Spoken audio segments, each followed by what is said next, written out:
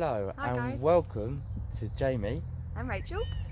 Treasure Bandits. Metal Detecting UK. Metal Detecting UK. Walk around our lovely castle that's just round the corner for us, and we're going to learn some history about Pevensey Castle. This castle goes back all the way to the Romans. So as we walk round, we will talk through you all the historical things that happened here. So come and join us. Right guys, we're literally standing opposite the Pevensey Courthouse and Jail, and as we go in, if you have a little look at the size, you can see that it's still named in the old Latin term for jail. So we're going to walk over here now. Don't get run over. What's it coming by? So up there on the sign, it's still spelt in the old Latin term for jail. And it was used by the Celts, Romans and Saxons that were here long before William the Conqueror.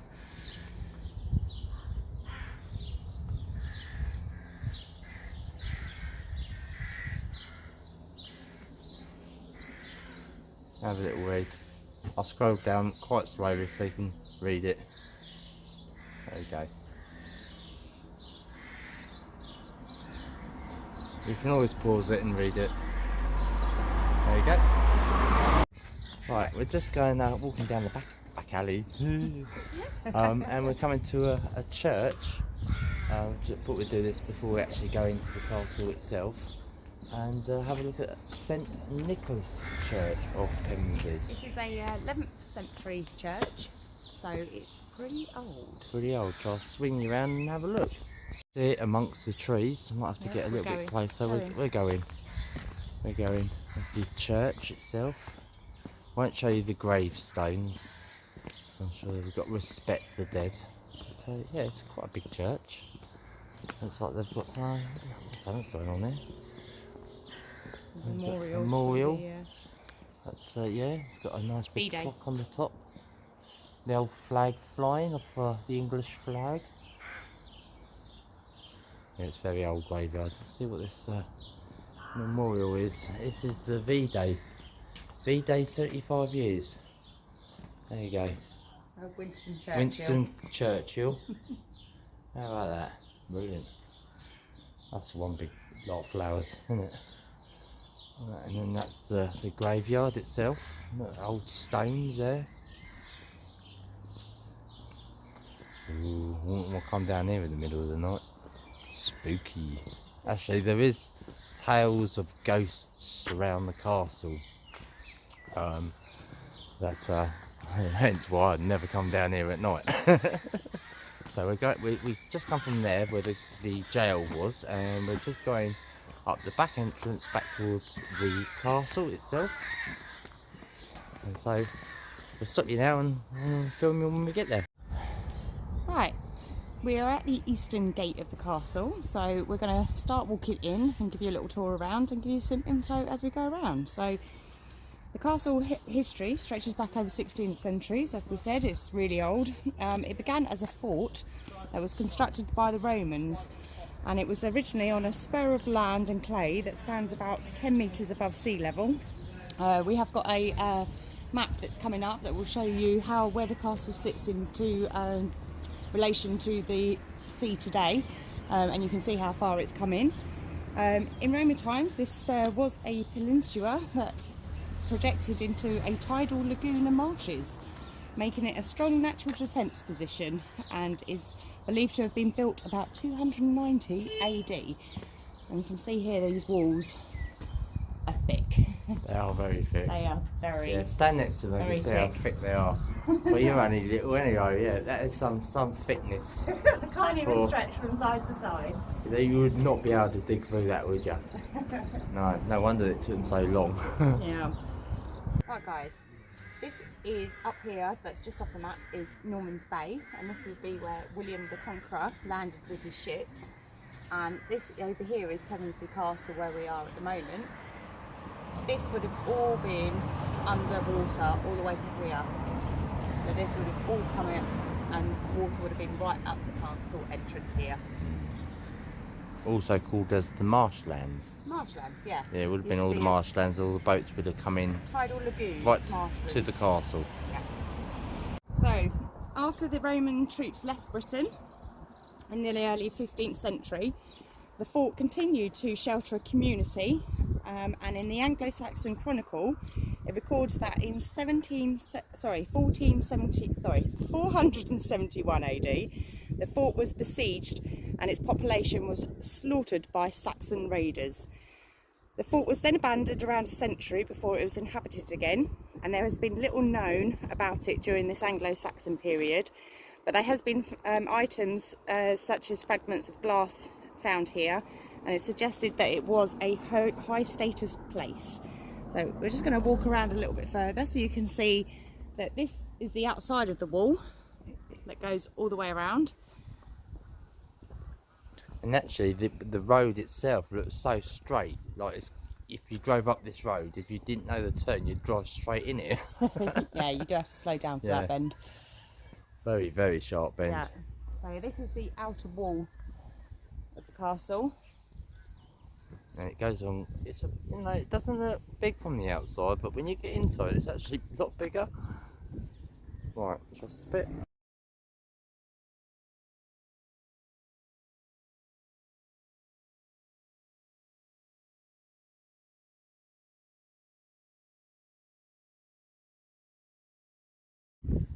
So Pevensey's history changed dramatically when, before dawn on the 28th of September 1066, 3 days after King Harold's victory at Stamford Bridge, William the Conqueror sailed his invading fleet, about 700 ships, into the Bay of Pevensey. He built temporary defences at Pevensey and probably within the Roman fort to shelter his troops. So at the time, this castle, I don't think was actually built. This was built later on. And on the other side of the castle would have been where he would have brought his fleet in, and this would have been all wooden fortresses built by the Romans. So we will take you around the other side so you can see, and we will put a picture up of what a reconstruction of the castle with the fleets coming up outside of it would have looked. So he then also cut a ditch across the peninsula to isolate the ruins from the mainland, and he repaired the walls to create a castle inside. So this castle was actually later built. He then marched his army along the coast to Hastings, and he waited for Harold to arrive from the north. And while waiting, his troops pillaged and burnt the surrounding countryside. There is speculation regarding the exact location of the Battle of Hastings, which is still being searched for today by our club in particular, in collaboration with archaeologists. So William then beat Harold at the Battle of Hastings, and he took over as King of England. And when William left England in 1067, he made a triumphant tour of Normandy, and he chose to sail from Pevensey, and he seems to have made a right show of distributing the lands to his followers. And he done that before a body of defeated Anglo-Saxon nobles, and it was believed on this occasion he gave the castle with its land, and this was known as the Rape of Pevensey, to his half-brother, Robert. So Pevensey offered a natural anchorage facing the Normandy coast, and command of its castle was of obvious importance. These ensured lines of communication with the continent and prevented it from being used by another seaborne invasion. And it was most likely that Robert, who created the first permanent defences and fortifying the Roman perimeter wall, creating 2 bailey enclosures within it. Again, the wall, you can see, goes all the way around on the outside.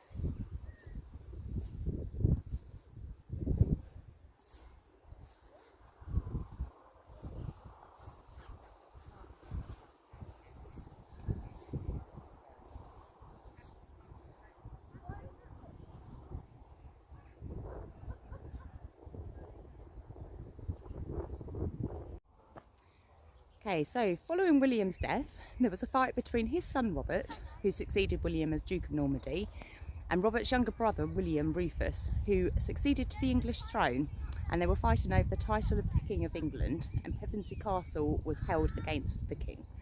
There was a real danger that Robert would invade England in the footsteps of his father, so William led a siege of Pevensey by land and sea. The castle's powerful defences resisted every assault, but after about 6 weeks of food running out, there was no reinforcements from Robert and his troops. The rebels soon gave in to a truce. So the castle was later lost, and that was taken over by Henry I in the 1100s. And then Duke Robert of Normandy, he again threatened to invade England. And then Henry I spent a summer here at Pevensey in anticipation of an immediate attack. So basically they starved them out. They did originally starve them out, basically. Starved them out. They couldn't get through the wall. No. So they just sat outside and not let them come out. So, well, you can starve then. That's it. So they soon gave in. Soon gave in. Right, let's take a bit more of a tour. Guys, we just brought you over to the excavation ditch, and if you have a little look down here, you can see how far down the wall goes, which the rest of the wall is pretty much hidden. But I'm sure in the olden days it would have been as deep as that, and there's been loads of archaeology found in here. A well as well was found down there. So yeah, we'll just thought we'd show you that bit.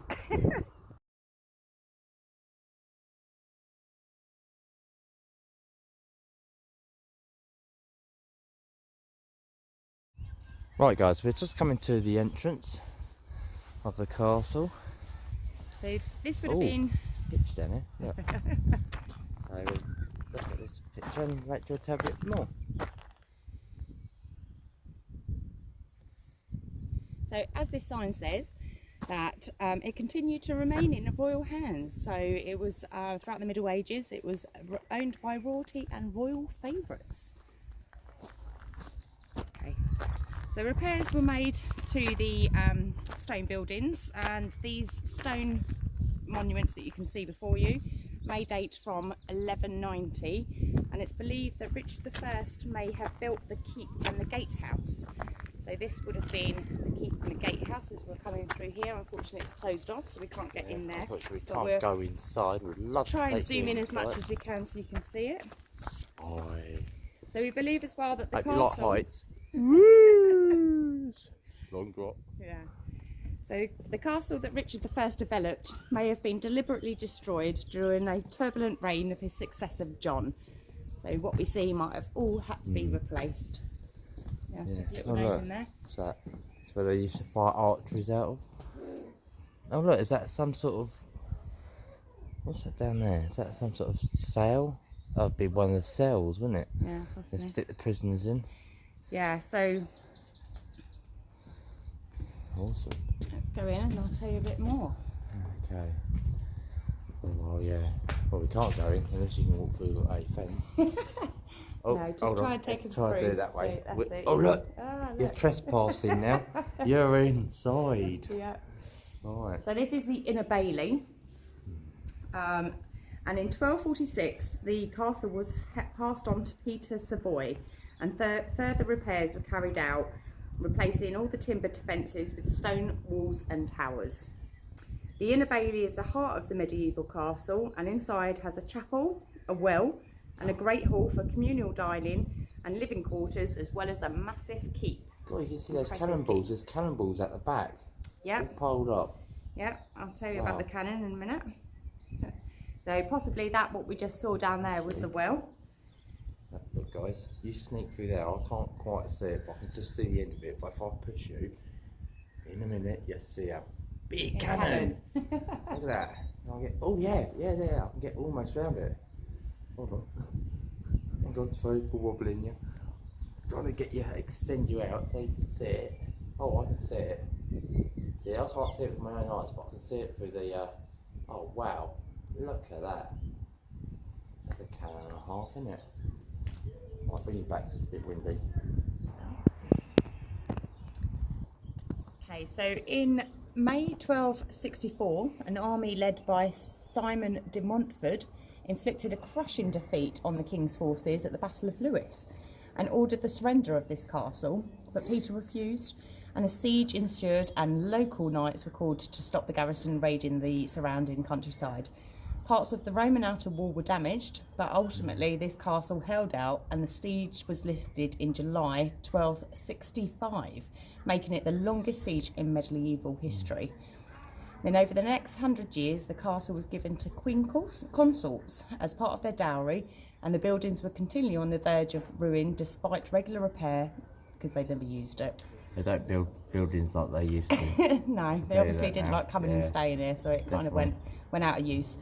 And it remained in royalty, and during the 15th century, then the castle became a state prison. And James I, King of Scotland, was among those that were held here, as well as Joan of Navarre, the second wife of Henry IV, who was imprisoned in 1420, accused of witchcraft and plotting to kill the king. There you go, guys. So watch out for Some women. more They're nasty. history for you. Yeah, and watch out for those witches, you know? Oh, I know.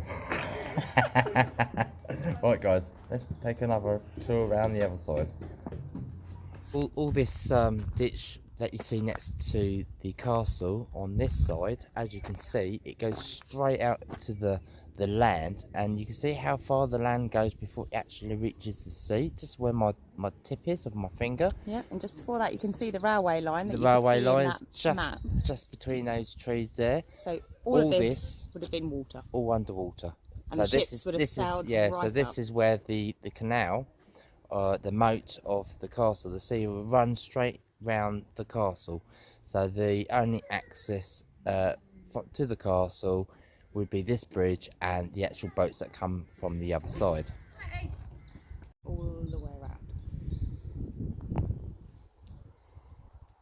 So after all of that, it still wasn't over, and then came the threat of the Spanish Armada, and that was in 1599, and that led to the construction of the gun emplacement in the Outer Bailey, armed with 2 cannons, one of which survives in the castle, which you have just seen. So that is the original cannon from the threat of the Spanish Armada.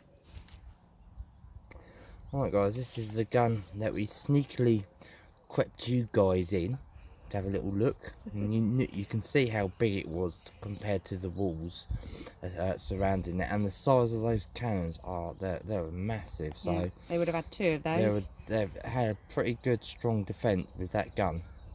So yeah, so this is a little bit about the gun itself. That's is it emplacement?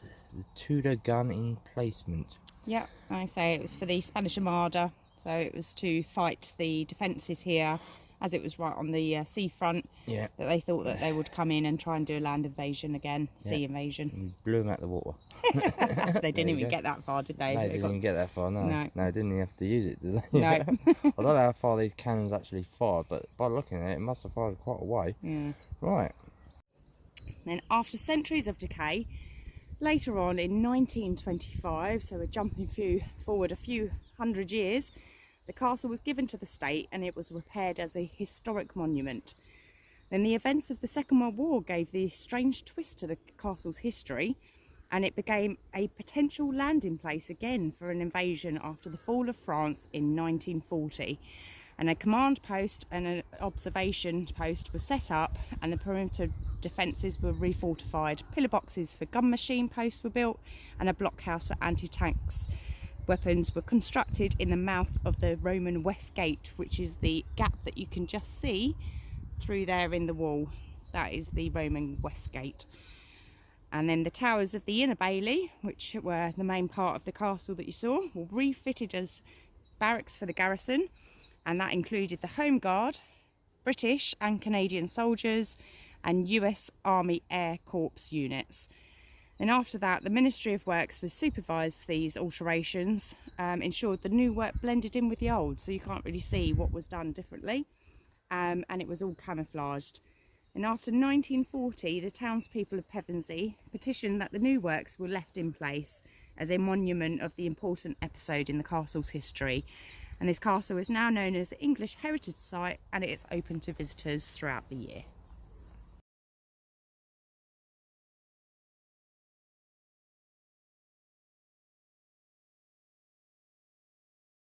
Right, before we go, we would just like to do a special little mention for one of our favourites, very our favourites. dedicated follower, Alice. Alice. We did Yes. see you on your dad's live coming in and saying that we were your favourite YouTube for metal detecting, which we really loved. So we just wanted to give you this little special.